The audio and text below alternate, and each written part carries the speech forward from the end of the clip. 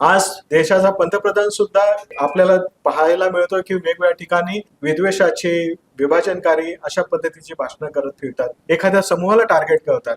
आणि आपण एक देश म्हणून, देश हा काही केवळ भूभाग नाहीये, इथली लोक हा देश आहेत, या देशातील वेगवेगळ्या घटकांना वेगळं पाडण्याचा प्रयत्न करतात. सगळ्यात मोठं चॅलेंज याच्या पुढच्या काळात काय असेल? आज आपल्या देशामध्ये धर्माच्या नावावर आरक्षण नाही आहे. या पुढच्या काळामध्ये माझी अशी भीती आहे की ज्या पद्धतीने मुस्लिम समुदायाला, मुस्लिम धर्मियांना प्रतिनिधित्व नाकारलं गेलेलं आहे, या देशामध्ये मुस्लिमांची मोठी चळवळ उभी राहू शकेल आणि धर्माच्या नावावर त्यांना आरक्षण देण्याची गरज निर्माण होऊ शकेल. इतक्या टोकाच्या द्वेषावर आधारित हे राजकारण आहे, ज्याने एका संपूर्ण धर्माला, संपूर्ण राजकीय व्यवस्थेमधलं सगळं प्रतिनिधित्व नाकारून टाकलेलं आहे. केवळ नाकारलेलं दिलंच नाही. आता हीच गोष्ट शोषित, वंचित, SC, ST सगळ्याच घटकांच्या बाबतीत हळूहळू येणार आहे. राजकीय प्रतिनिधित्व हा मूळ हक्क आहे या देशातील राजकारण, समाजकारण, अर्थकारण चालवण्याचा. या प्रवाहापासून एक मोठा घटक बाजूला केला, त्याची चर्चा नाही, कुठेही विरोध नाही, कुठल्याही विद्वानांमध्ये याच्याबाबत चिंता व्यक्त होताना दिसत नाही. प्रत्येक जण काही ना काहीतरी डिबेट्स करून हा मुस्लिम असेच आहेत, तेच असे आहेत, दहशतवादी आहेत, या छोट्याशा लेबलिंग मध्ये आणि छोट्या गोष्टींमध्ये आपण एका मोठ्या समाजाला, देशातल्या एका लोकसंख्येला,